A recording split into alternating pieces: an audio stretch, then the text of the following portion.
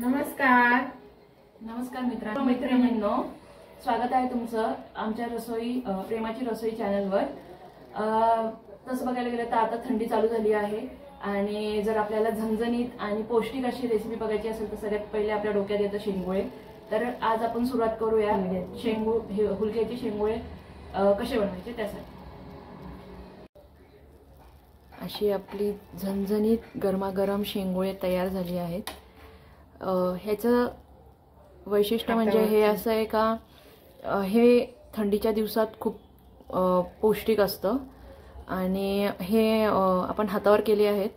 तर हे कसे केले जाते आणि याचं साहित्य काय आहे हे आपण पुढील व्हिडिओमध्ये बघूया। मी आता ना तुम्हाला शेंगुळे बनवण्यासाठी साहित्य सांगते।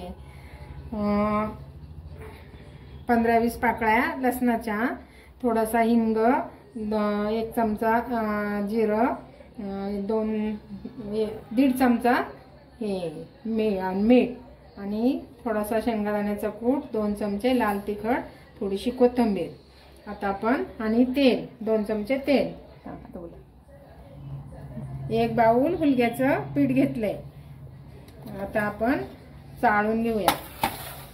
हे आम्ही 4-5 जणांसाठी पुरेल असं पीठ घेतोय।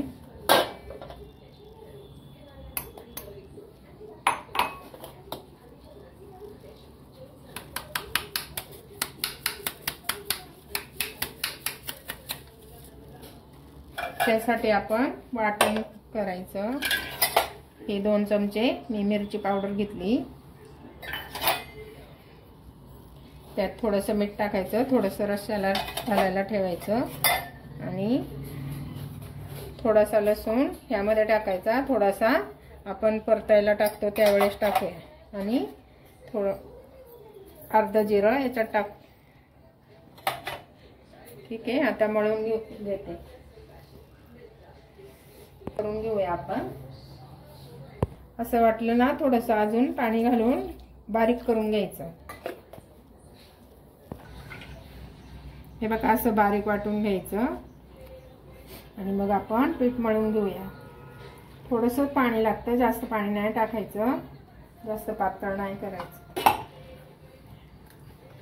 थंडीच्या दिवशी ना पौष्टिक असतात हे शेंगुळे।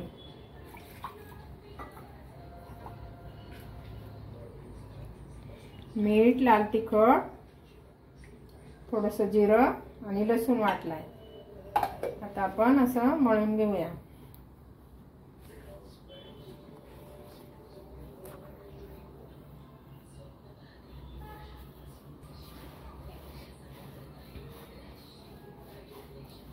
हुलगे आणले ना आपण मार्केटमधून, हुलगे आणले ना ते खडे असतात, माती असते, स्वच्छ धुवून घ्यायचे अगोदर, उन्हात वाळवायचे आणि मग दळून आणायचे।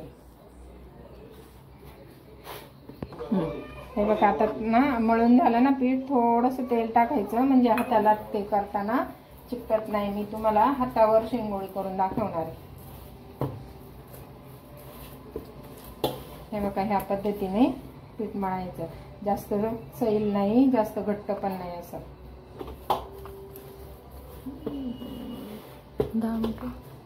10 मिनिटं आपण झाकून ठेवू आणि मग करायला घेऊ।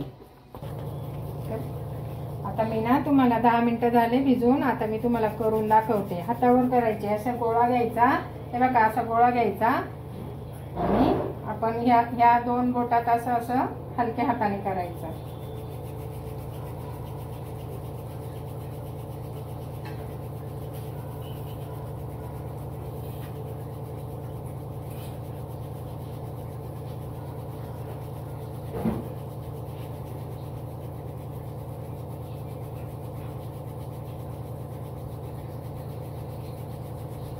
अशी बारीक करायचे, जास्त दाबायचं पण नाही, जास्त सैल ठेवायचं ते।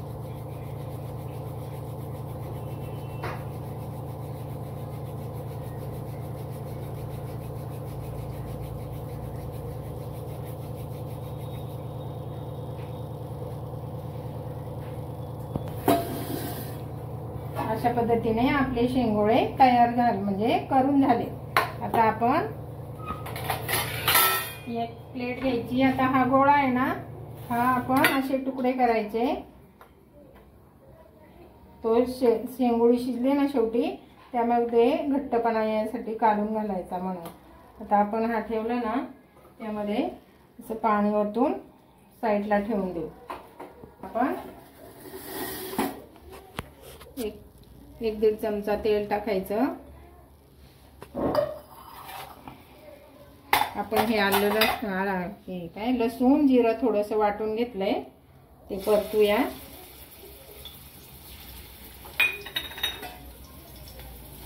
त्यामध्ये थोडंसं लसूण आणि जिरं थोडंसं वाटून घ्यायचं, असं परतून घ्यायचं. आणि मी एका साईडला गरम पाणी करायला ठेवलं होतं, ते आपण त्यामध्ये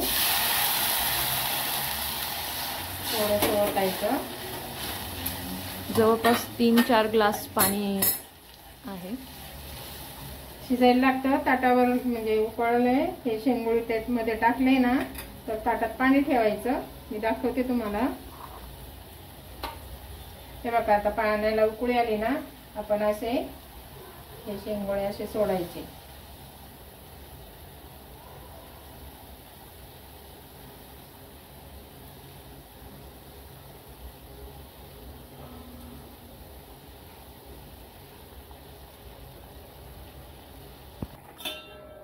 हे बघा, आता अशी पाण्याला उकळी आली ना, तर आपण मध्यम गॅस मध्यम करायचा आणि त्यामध्ये असं ताट ठेवायचं. ताटावर असं पाणी ओतायचं आणि अर्धा तास शिजून द्यायची. शिजून झाल्यावर आपण हे साईडला पीठ ठेवलंय ना, ते काढून घालूया. नंतर दाखवते तुम्हाला. अर्धा तास झाला. आता आपण शेंगोळे शिजलेत का बघूया.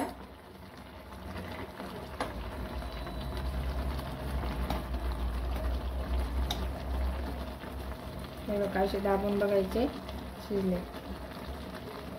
मग आता आपण ना, तो गोळा ठेवला होता ना एक छोटासा, काढून घालायचा. ते आपण त्यामध्ये काढून घालूया. मी साईडला गरम पाणी करायला ठेवलं होतं, ते थोडंसं कोणाला कमी जास्त कसं लागेल ना, त्याप्रमाणे टाकायचं. आणि आता आपण थोडासा शेंगदाण्याचा कूट टाकू.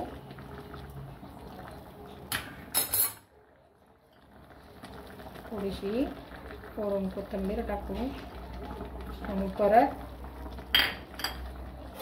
झाकण ठेवून 5 मिनिटं उकळी काढू. हे बघा, असे काढून घ्यायचे ताटामध्ये. तुम्हाला जर हे बघा, आपली शेंगोळी तयार झाली. आणि बाजरीची भाकरी शेंगोळी खूप छान लागते. तुम्ही एकदा करून बघा. काही चुकत असलं तर कमेंटमध्ये सांगा. आणि सबस्क्राईब करा, शेअर करा, लाईक करा. नमस्कार.